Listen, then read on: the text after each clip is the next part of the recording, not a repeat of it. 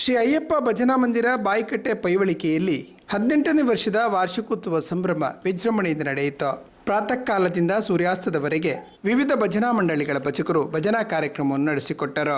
ಸಂಜೆ ನಡೆದ ಧಾರ್ಮಿಕ ಸಭೆಯಲ್ಲಿ ಎಡನೀರು ಮಠದ ಶ್ರೀ ಶ್ರೀ ಸಚ್ಚಿದಾನಂದ ಭಾರತಿ ಶ್ರೀಪಾದಂಗಳವರು ಆಶೀರ್ವಚನವಿತ್ತರು. ಆ ನಿಟ್ಟಿನಲ್ಲಿ ಕೂಡ ನಮಗೆ ಮಠಕ್ಕೂ ಮತ್ತು ಇಲ್ಲಿಗೆ ಆ ನಂಟು ಬೆಳೆದು ಬಂದಿತ್ತು.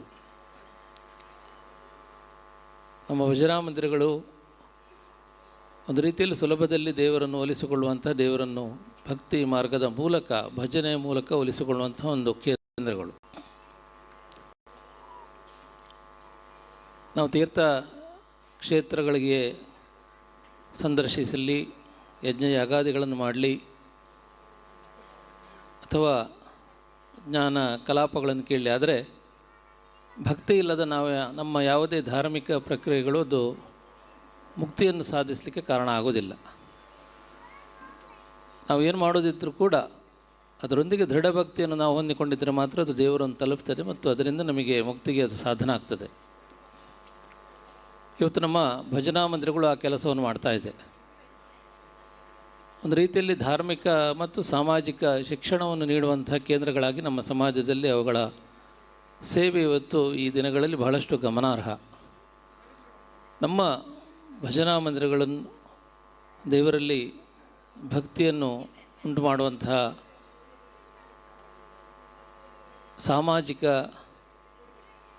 ಸಾಮರಸ್ಯವನ್ನು ಉಂಟು ಮಾಡುವಂತಹ, ಸಮಾನತೆಯನ್ನು ಉಂಟು ಮಾಡುವಂತಹ, ಧಾರ್ಮಿಕ ಅರಿವನ್ನು ಸಮಾಜದಲ್ಲಿ ಉಂಟು ಮಾಡುವಂಥ ಕೆಲಸವನ್ನು ಇವತ್ತು ನಮ್ಮ ಸಮಾಜದಲ್ಲಿ ಮಾಡ್ತಾ ಇದೆ.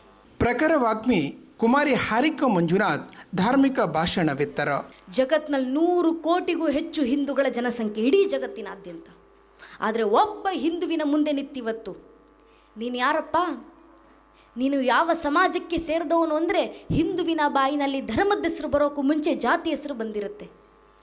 ಒಬ್ಬ ಹಿಂದೂ ಆಗೋಕ್ಕೆ ಮುಂಚೆ ಒಬ್ಬ ಹಿಂದೂ ಬ್ರಾಹ್ಮಣ ಆಗ್ತಾರೆ, ಒಬ್ಬ ಹಿಂದೂ ಲಿಂಗಾಯತರಾಗ್ತಾರೆ, ಒಬ್ಬ ಹಿಂದೂ ಕುರುಬರಾಗ್ತಾರೆ, ಒಬ್ಬ ಹಿಂದೂ ಗೌಡ್ರಾಗ್ತಾರೆ, ಒಬ್ಬ ಹಿಂದೂ ನಾಯಕ್ ಆಗ್ತಾರೆ, ಒಬ್ಬ ಹಿಂದೂ ಮರಾಠ ಆಗ್ತಾರೆ, ಒಬ್ಬ ಹಿಂದೂ ರಾಜ್ಪೂತ್ ಆಗ್ತಾರೆ, ಒಬ್ಬ ಹಿಂದೂ SC ಆಗ್ತಾರೆ, ಒಬ್ಬ ಹಿಂದೂ ST ಆಗ್ತಾರೆ, ಒಬ್ಬ ಹಿಂದೂ ಶೆಟ್ಟಿ ಆಗ್ತಾರೆ, ಒಬ್ಬ ಹಿಂದೂ ಮೊಗವೀರ ಆಗ್ತಾರೆ. ಹಿಂದೂ ಆಗೋದು ಯಾವಾಗ? ನಾವು ಹಿಂದೂಗಳು ಅರ್ಥ ಮಾಡ್ಕೊಳ್ಬೇಕು, ನಮ್ಮ ಜಾತಿ ಯಾವುದೇ ಇರಲಿ, ಆ ಜಾತಿಗಳ ಮೇಲೆ ನಾವಿಟ್ಟಿರುವಂಥ ಜಾತಿ ಪ್ರೇಮ ಎಷ್ಟೇ ವಿಶಾಲವಾಗಿರಲಿ, ನಮ್ಮ ಜಾತಿ ನಮ್ಮ ಮನೆಯ ದೇವರು ಕೋಣೆ ಒಳಗೆ ಸೀಮಿತವಾಗಿರಬೇಕು. ನಮ್ಮ ರಾಜಕೀಯ ಆಸಕ್ತಿ ಯಾವುದೇ ಇರಲಿ, ಯಾವ ರಾಜಕೀಯ ಪಕ್ಷಕ್ಕೆ ಬೇಕಾದರೂ ಕೆಲಸ ಮಾಡೋಣ, ನಮ್ಮನ್ನು ನಾವು ಯಾವ ರಾಜಕೀಯ ಪಕ್ಷದ ಕಾರ್ಯಕರ್ತ ಅಂತ ಬೇಕಾದರೂ ಹೇಳ್ಕೊಂಡು ತಿರುಗಾಡೋಣ, ಯಾವ ಸಿದ್ಧಾಂತ ಬೇಕಾದರೂ ಪಾಲಿಸೋಣ, ಆದರೆ ನಮ್ಮ ರಾಜಕೀಯ ಆಸಕ್ತಿ, ನಮ್ಮ ಸಿದ್ಧಾಂತ ನಮ್ಮ ಮನೆ ಬಾಗಿಲಿನ ಒಳಗೆ ಸೀಮಿತವಾಗಿರಬೇಕು. ಪ್ರತಿಯೊಬ್ಬ ಹಿಂದೂ ತನ್ನ ಮನೆಯ ದೇವ್ರ ಕೋಣೆ ದಾಟಿ ಮನೆಯ ವಸ್ತು ಬಿಟ್ಟು ಹೊರಗೆ ಬರಬೇಕಾದ್ರೆ ಜಾತಿ, ಉಪಜಾತಿ, ಮತ, ಪಂಥ, ಪಂಗಡ, ಕುಲ, ಗೋತ್ರ, ರಾಜಕೀಯ ಆಸಕ್ತಿ, ತತ್ವ, ಸಿದ್ಧಾಂತ ಎಲ್ಲವನ್ನ ಬದಿಗಿಟ್ಟು ಹೆಗಲ ಮೇಲೊಂದು ಕೇಸರಿ ಶಾಲು, ಹಣೆ ಮೇಲೆ ಕೇಸರಿ ತಿಲಕ ಇಟ್ಟುಕೊಂಡು ನಾವೆಲ್ಲ ಹಿಂದೂ, ನಾವೆಲ್ಲ ಒಂದು ಅನ್ನೋ ಭಾವನೆಯಲ್ಲಿ ಮನೆ ಬಿಟ್ಟಾಗ ಮಾತ್ರ ನಮ್ಮ ಧರ್ಮ ರಕ್ಷಣೆ ಆಗ್ಲಿಕ್ಕೆ ಸಾಧ್ಯ. ನಮ್ಮಲ್ಲಿ ಬರಬೇಕಾಗಿರುವಂಥ ಸಂಘಟಿತ ಬಲ, ಯಾವ ಕ್ಷಣಕ್ಕೆ ಆ ಸಂಘಟಿತ ಬಲ ನಮ್ಮಲ್ಲಿ ಬರುತ್ತೋ ಆಗ ಮಾತ್ರ ಧರ್ಮ ರಕ್ಷಣೆ. ಈ ಸಂಘಟಿತ ಬಲ ಹಿಂದೂ ಸಮಾಜದಲ್ಲಿ ಬರೋದು ಯಾವತ್ತಿನ ದಿನ?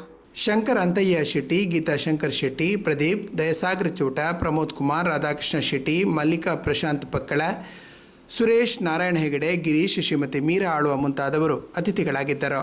ಸುರೇಶ್ ಕುಮಾರ್ ಏದಾರು, ರಾಜೇಶ್ ಏಕೆ ಆದಾರು, ಶ್ರೀಮತಿ ಪಾರ್ವತಿ ಅಪ್ಪಯ್ಯ ಶೆಟ್ಟಿಗಾರ್, ಆದಿಶ್ರೀ ಪೈವಳಿಕೆ, ಕುಮಾರಿ ಸೌಜನ್ಯ ಮುಗುಳಿ, ಅರ್ಪಿತಾ ಕೊಡಂಗೆ, ಅಂಕಿತಾ ಕೊಡಂಗೆ ಮುಂತಾದವರುಗಳಿಗೆ ಗೌರವಾರ್ಪಣೆ ನೆರವೇರಿತು.